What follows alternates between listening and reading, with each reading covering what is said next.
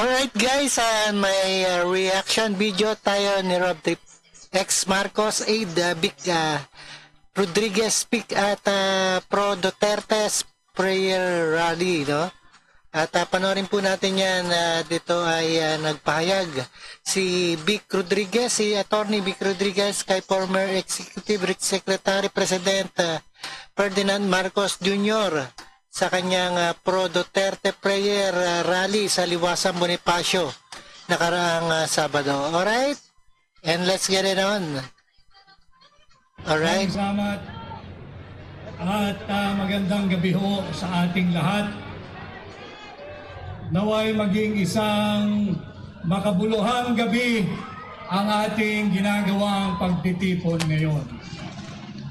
Alam kong mabigat ang kalooban nating lahat. These past few days, talagang mahirap. Emotionally, physically, mentally, and intellectually draining ang pinagdadaanan nating lahat. Subalit, napakinggan natin ang mensahe ni Pangulong Duterte through our Vice President, Inday Sara Duterte. Nakausap ko ng personal si Mayor Baste Duterte nung nakaraang Thursday at nakitaan ko sila ng katatagan. Nais ko lang siguro ipahatid sa inyo ang naging mensahe ni Mayor Baste nung kami nagkaharap. Hindi ngayon ang panahon upang pumatak ang ating mga luha. Ngayon ay panahon upang tayo ay magsama-sama at higit maging matatag. Oo, yan ang tama. Ngayon ay panahon upang tayo ay magsama-sama at huwag magpapasindak. Alam ko ang nasa kalooban at isipan ninyo. Mahirap talaga maunawaan bakit isinuko o inihandog ng sarili niyang gobyerno sa naglalaway na banyaga ang dati niyang Pangulo.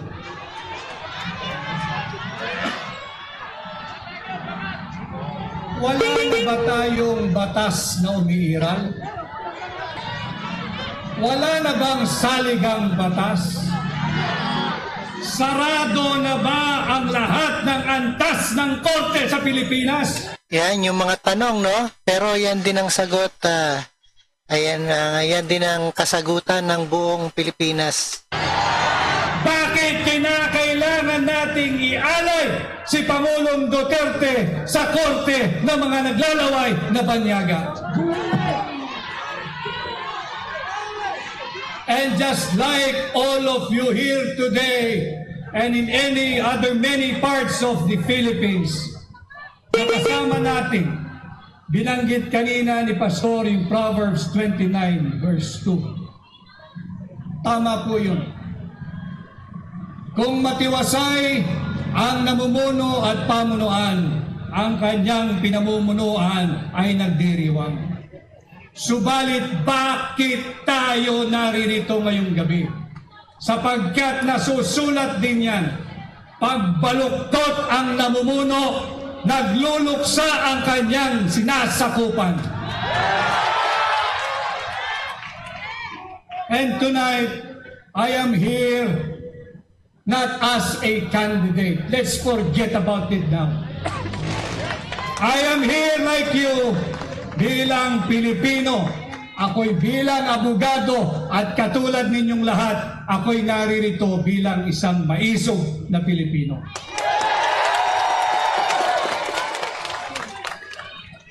I stand with you, with President Duterte.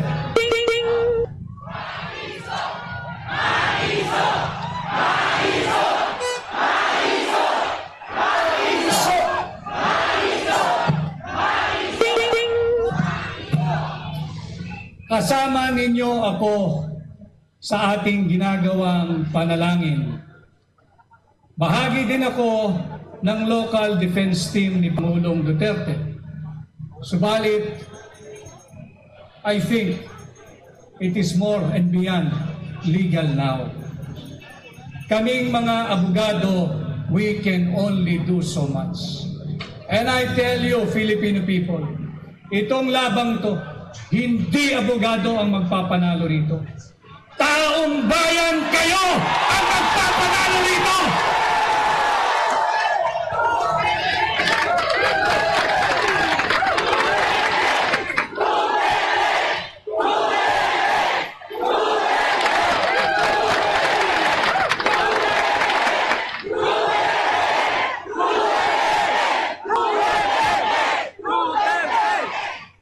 Ipagpatuloy ho natin ang ating ginagawa kung ilang araw, linggo o buwan ang darating.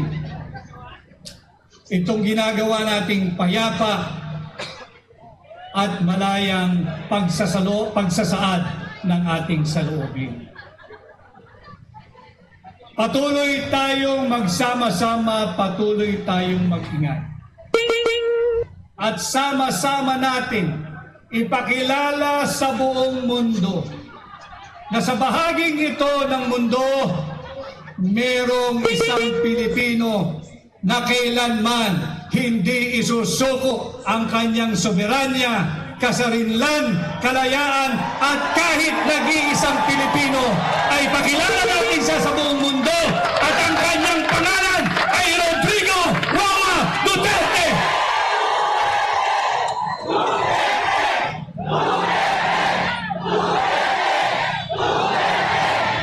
Ayan, paglaban, no? At wag huminto. Ayun ang sabi ni Attorney Vic Rodriguez.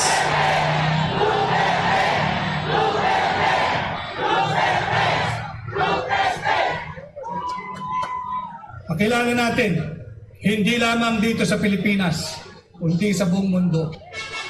Sa kabila ng kanyang edad, sa kabila ng kanyang kalusugan, buong sigasig niyang tinanggap at sinabi niya, walang mananagot na pulis at sundalo sa aking naging pulisiya.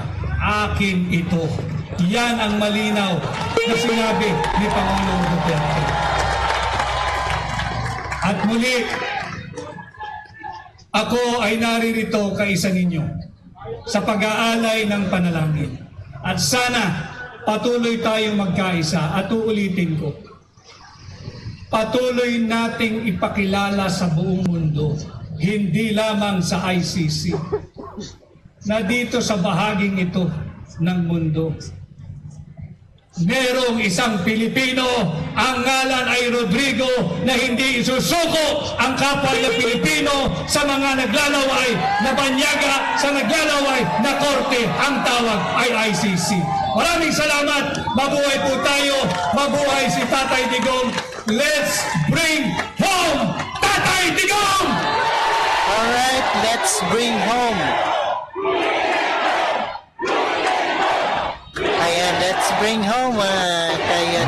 Maraming salamat, Attorney Vic Ayan, Rodriguez. napakinggan po natin si Vic Rodriguez, ating ayan, isang maisog. At panoorin po natin yan. At maraming salamat sa panonood at pakikinig kay Rob Trip. Alright, thank you guys. And peace out.